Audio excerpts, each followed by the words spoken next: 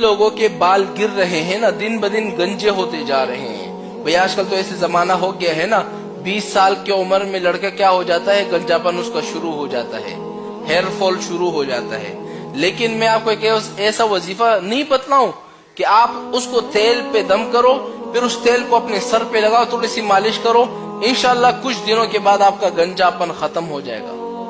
بھئی جتنے لوگ گنجاپن کے مریض ہیں، چاہے وہ عورتیں ہیں جن کے بال زیادہ نکلتے ہیں، یا اس کے علاوہ کوئی لڑکے ہیں، ہاں بزرگ ہے، 30 سال کی عمر ہے، 40 سال کی عمر ہے، آپ کے بال زیادہ گرتے ہیں، ذہنی دباؤ کی وجہ سے یا کسی بیماری کی وجہ سے آپ کے بال گرتے ہیں، تو خدا کے واسطے ایک وظیفہ بتا رہا ہوں، اس کو آپ نے پڑھ لینا ہے اور تیل پہ دم کر دینا ہے، پھر انشاءاللہ آپ دیکھنا کہ کچھ دنوں کے اندر آپ کے بال اگنے لگیں گے۔ آج کل تو گنجاپن بھی ایک مسئلہ ہے نا، پرسنالٹی خراب ہو جاتی ہے،